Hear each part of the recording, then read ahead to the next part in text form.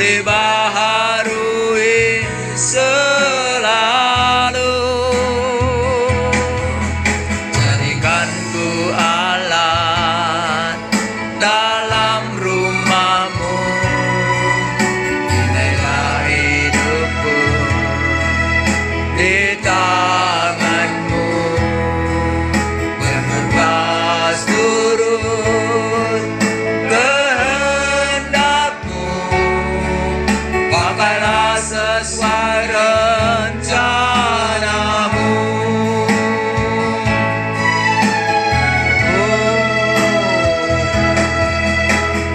Oh, mau sertimu Yesus,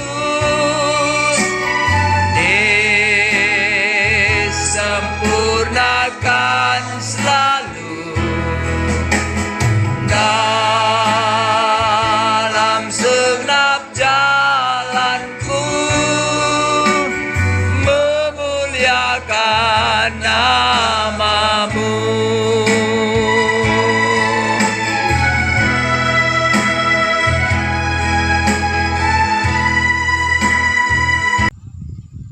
Shalom saudaraku yang dikasihi oleh Tuhan kita Yesus Kristus. Jumpa lagi dengan saya Bram Manaha. Dan kali ini kita akan membahas sebuah topik yang tidak asing lagi bagi kita sebagai orang Kristen, yaitu menjadi garam.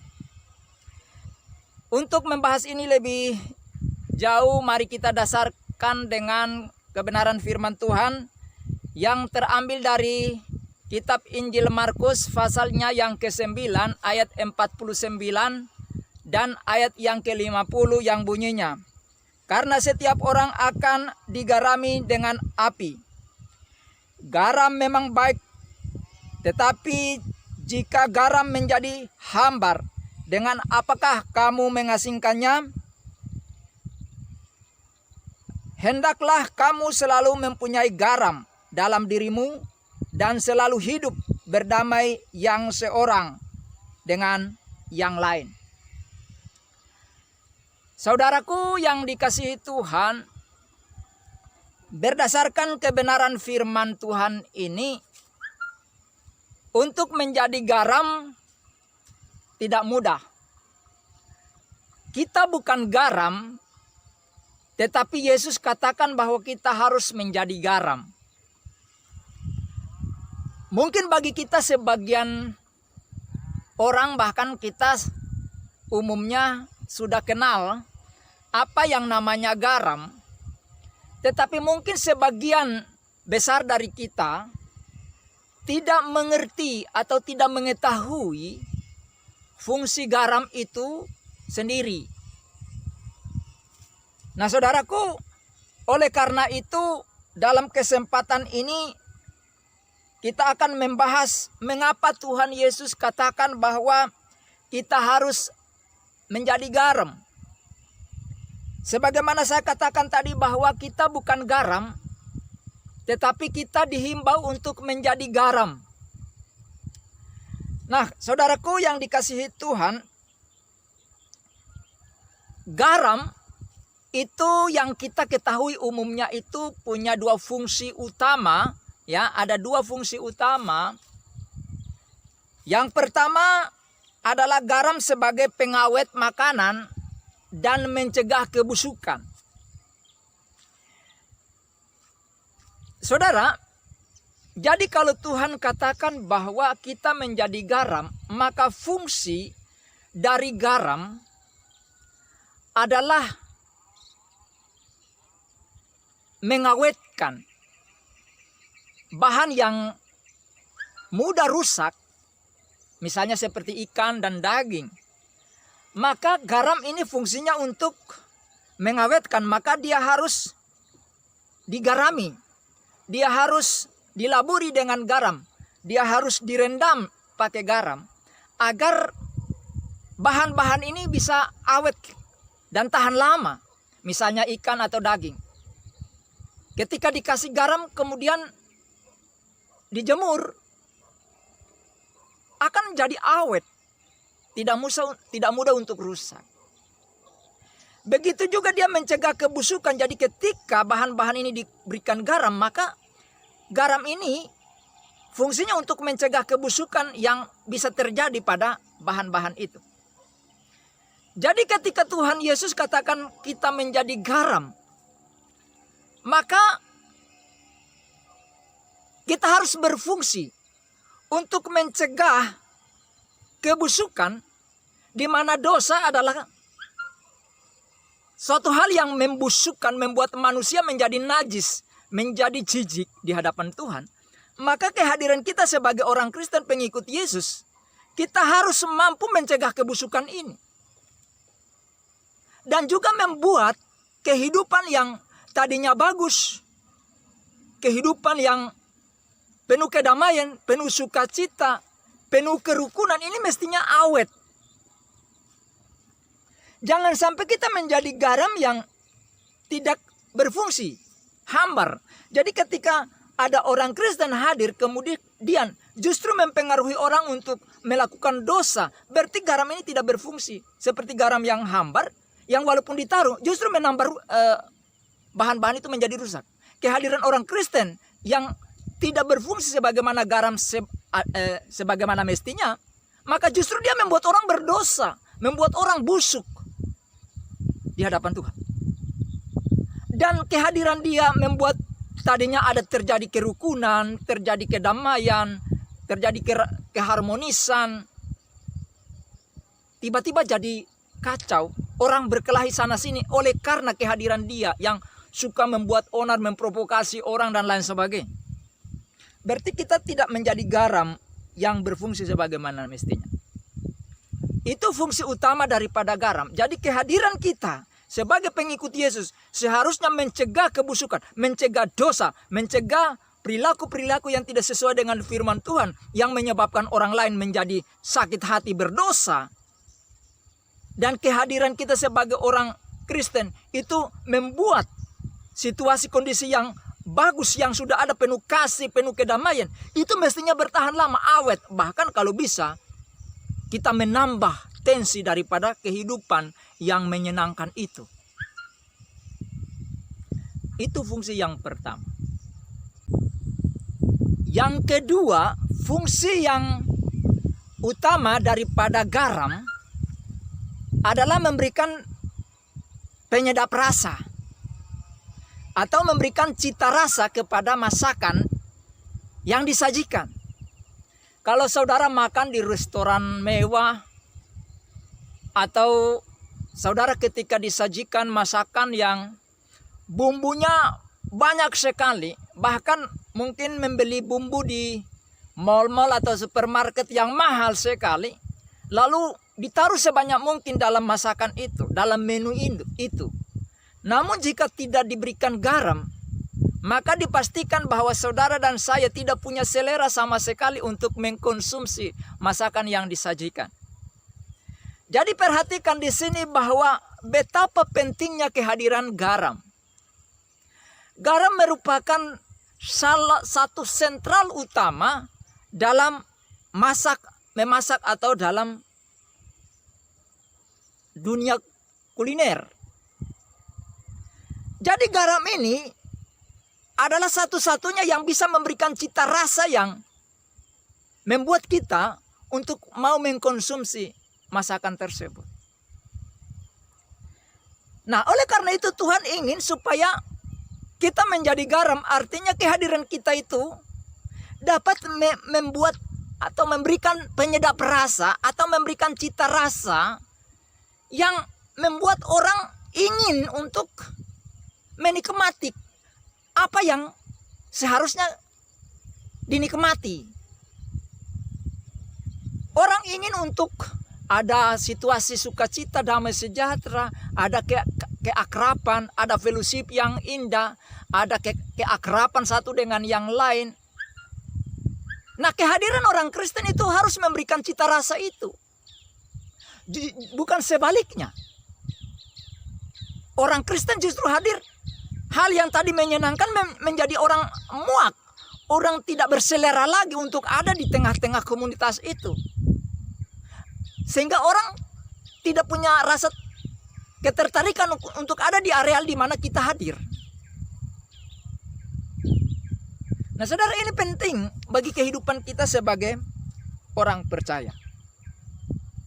Kehadiran orang Kristen harus berfungsi. Dia harus menjadi garam yang berfungsi memberikan penyedap rasa dalam kehidupan ini, memberikan cita rasa yang bisa dinikmati oleh banyak orang. Dan ketika tidak ada kita sebagai orang Kristen di situ, dirindukan, dicari untuk bisa ada di tengah-tengah kita. Karena kita mampu memberikan penyedap rasa, kita mampu memberikan cita rasa yang berbeda dalam situasi, kondisi, lingkungan di mana kita berada.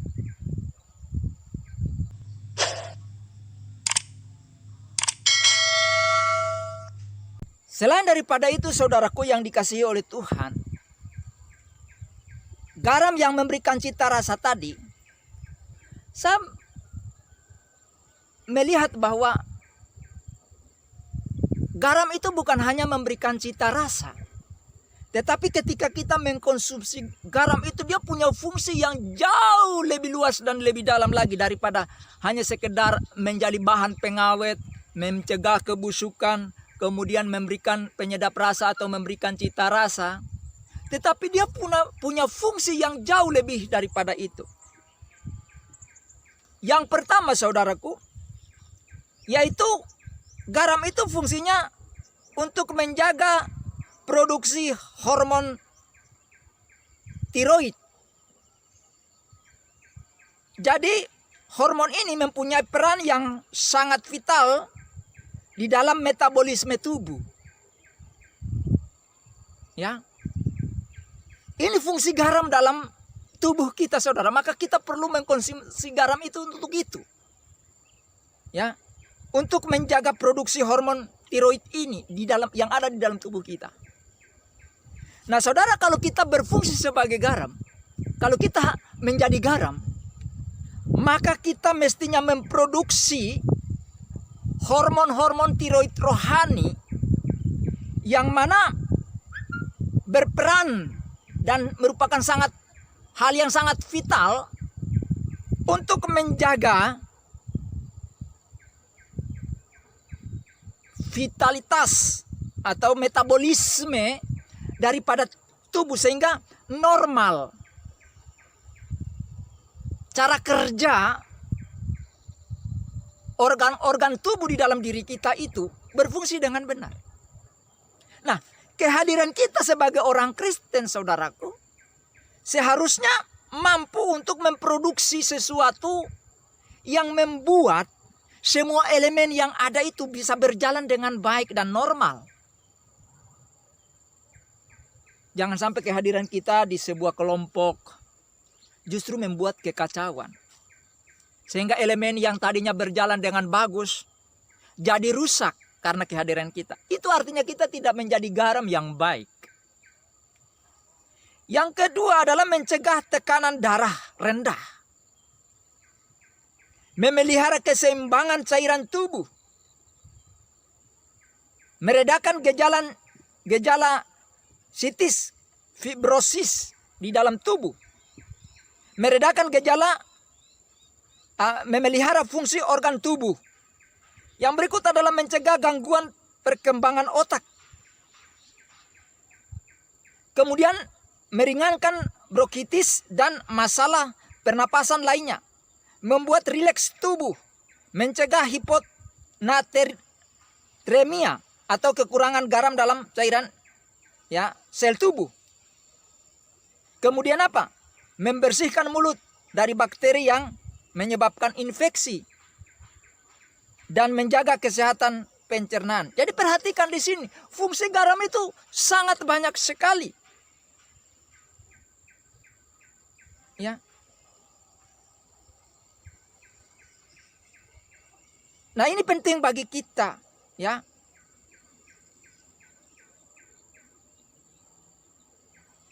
Banyak orang Kristen tidak hidup menjadi garam yang bisa menjaga keseimbangan kehidupan yang baik dalam sebuah komunitas. Kalau kita ada di dalam sebuah komunitas, entah itu kelompok masyarakat, atau lingkungan, keluarga, ataupun di dalam gereja, kehadiran kita mestinya membuat keseimbangan itu terjadi dengan baik. Kalau kita memang mau menjadi garam. Nah, saudaraku yang dikasihi Tuhan, di dalam Markus pasal 9 ayat 49 tadi dikatakan, karena setiap orang akan digarami dengan api. Kita tidak akan mungkin menjadi orang Kristen yang bisa mengawetkan situasi yang baik itu bertahan lama. Kita tidak mungkin menjadi orang Kristen yang bisa mencegah kebusukan atau dosa, kehidupan moral yang kurang bagus, etika yang kurang baik. Sulit bagi kita menjadi orang Kristen yang memberikan penyedap rasa atau cita rasa dalam kehidupan bermasyarakat, berkeluarga, bernegara, berbangsa, dan bergereja, jika kita tidak digarami dengan api. Apa yang dimaksud dengan digarami dengan api? Apakah kita pulang kemudian kita ambil bara api kemudian kita labur di dalam tubuh atau kita oles di dalam tubuh ini? Saya pastikan bahwa saudara akan lari tunggang langgang, terbirit-birit karena ada orang yang mengambil bara api dan mau menggarami dengan api itu. Tetapi maksud daripada Tuhan Yesus di sini bahwa tiap-tiap orang, artinya tiap-tiap individu, dikatakan di situ akan digarami dengan api. Nah, ketika kita membaca di dalam Kisah Para Rasul pasalnya yang ketiga dan ayatnya yang ketiga dan ayat yang keempat dikatakan, dan tampaklah kepada mereka lidah-lidah seperti nyala api yang bertebaran dan hinggap pada mereka masing-masing. Maka penuhlah mereka dengan Roh Kudus. Lalu mereka mulai berkata-kata dalam bahasa-bahasa lain seperti yang diberikan oleh Roh itu kepada mereka untuk mengatakannya. Ini terjadi oleh karena hari pencurahan Roh Kudus, di mana mereka, para murid ini harus menerima janji yang diberikan oleh Yesus bahwa Ia akan memberikan kuasa kepada mereka dari sorga. Jadi di sini dikatakan Roh Kudus itu turun dalam wujud lidah api. Ketika hinggap pada mereka, maka mereka penuh dengan Roh Kudus. Jadi ketika Yesus katakan tiap-tiap orang akan digarami dengan api, artinya kehidupan kita ini akan berfungsi sebagai garam sebagaimana mestinya yang kita katakan di awal tadi. Maka kita harus digarami oleh Roh Kudus. Jadi Roh Kudus itu sebagai garam untuk menggarami kita sehingga kita bisa menjadi garam. Roh Kudus adalah sumbernya, kita adalah orang yang memancarkan garam itu. Tanpa Roh Kudus, saudara, yang menggarami hidup saudara dan saya, alangkah akan begitu sulit dan beratnya untuk kita memberikan cita rasa, penyedap rasa, mencegah kebusukan dosa, mengawetkan kehidupan yang sudah bagus, bertahan lama, kalau tidak ada Roh Kudus dalam hidup kita. Jadi Roh Kudus itu merupakan sentral di mana akan memampukan kita untuk tampil menjadi garam dan berfungsi sebagaimana yang diharapkan oleh Tuhan dalam kehidupan bermasyarakat, berbangsa, bernegara, berkeluarga maupun bergereja. Yang berikut di dalam Markus pasal 9 ayatnya yang ke-50 bagian B dikatakan, hendaklah kamu selalu mempunyai garam dalam dirimu dan selalu hidup berdamai yang seorang dengan yang lain. Tadi saya katakan bahwa garam itu adalah Roh Kudus. Dan Tuhan Yesus katakan di sini bahwa hendaklah kamu selalu mempunyai garam di dalam dirimu. Jadi kalau kita mau berfungsi sebagai garam yang bisa menjaga awetnya sebuah komunitas dalam kehidupan yang baik dan benar, suci dan kudus, dan mencegah kebusukan dosa, dan memberikan cita rasa, penyedap rasa dalam kehidupan, maka kita harus selalu mempunyai garam, harus selalu mempunyai Roh Kudus di dalam hidup kita. Itulah sebabnya kita perlu menerima Roh Kudus di dalam hidup kita. Kita harus dibaptis oleh Roh Kudus, kita harus dipenuhi oleh Roh Kudus, agar Roh Kudus itu mengendalikan kehidupan kita, mengatur hidup kita, agar kita dapat berfungsi dengan baik dan benar sebagai orang Kristen.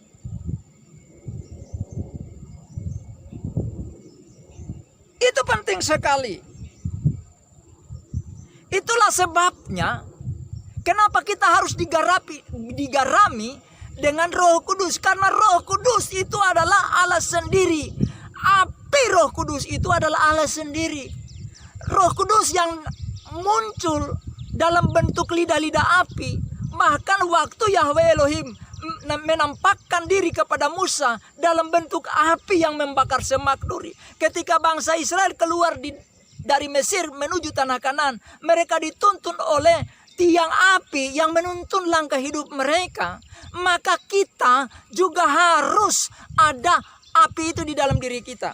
Makanya di dalam kitab Ulangan, saudaraku yang dikasihi oleh Tuhan Yesus Kristus, Ulangan pasal 4 ayat 24 dikatakan, sebab Tuhan Allahmu adalah api yang menghanguskan, Allah yang cemburu.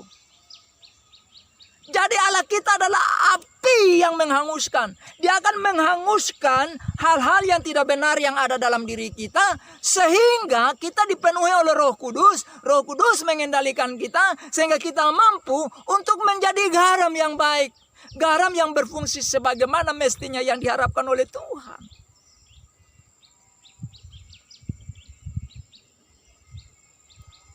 Dalam hal inilah Tuhan Yesus di dalam Yohanes pasal 15 ayatnya yang keempat dikatakan, tinggallah di dalam aku dan aku di dalam kamu. Sama seperti ranting tidak dapat berbuat apa-apa dari dirinya sendiri kalau ia tidak tinggal pada pokok anggur. Demikian juga kamu tidak berbuah jika kamu tidak tinggal di dalam aku. Yesus katakan tinggallah di dalam Dia dan Dia di dalam kita, artinya ada satu penyatuan di mana kita dikuasai penuh oleh Tuhan Yesus Kristus. Maka saudara bisa menghasilkan buah sebagaimana yang dipancarkan oleh garam yang berfungsi dengan baik, memberikan penyedap rasa, memberikan suatu situasi yang awet, mencegah kebusukan di dalam kehidupan manusia ini. Karena di luar Yesus, di luar Tuhan Allah, di luar Yahweh Elohim, saudara dan saya tidak mampu untuk memberikan hal itu. Maka kita butuh Tuhan. Bagi saudara-saudara yang belum menerima Roh Kudus, belum dibaptis oleh Roh Kudus, belum menerima Yesus Kristus secara pribadi dalam kehidupan saudara, sehingga saudara tidak mampu memberikan fungsi garam yang mana Tuhan inginkan, maka ini waktunya untuk saudara membuka hati pikiran untuk Tuhan. Undang Dia secara spesial dengan terhormat. Undang Dia di dalam dirimu. Kalau engkau tidak mampu, maka engkau mendatangi pemimpin-pemimpin gereja kamu untuk meminta mereka melayani engkau pribadi, agar engkau bisa menerima. Mereka menuntut engkau untuk menerima Yesus Kristus sebagai Tuhan dan Juru Selamat pribadi. Baru engkau akan berfungsi dengan baik. Demikianlah pemaparan saya pada kali ini menjadi garam. Kiranya apa yang saya jelaskan ini dapat memberkati saudara. Dan bagi saudara yang sudah mendengarkan pemaparan ini Jangan lupa untuk like. Kemudian saudara boleh subscribe. Dan silahkan untuk komen di kolom komentar. Karena saya dengan setia akan menjawab setiap komentar saudara. Apapun bentuk dari komentar saudara. Jangan lupa untuk share kepada setiap orang. Di kelompok-kelompok saudara. Di grup-grup saudara. Baik itu keluarga. Baik itu teman. Baik itu orang Kristen maupun non-Kristen, agar mereka juga tahu. Supaya mereka bisa berfungsi sebagai garam yang baik di tengah-tengah kehidupan masyarakat dimanapun mereka berada. Jangan lupa untuk bunyikan lonceng notifikasinya agar setiap video saya yang terbaru, saudara bisa menikmati dan menjadi berkat bagi saudara. Dan sampai jumpa pada video berikutnya. Dan Tuhan Yesus memberkati saudara. Shalom alaikum. Haleluya. Amin.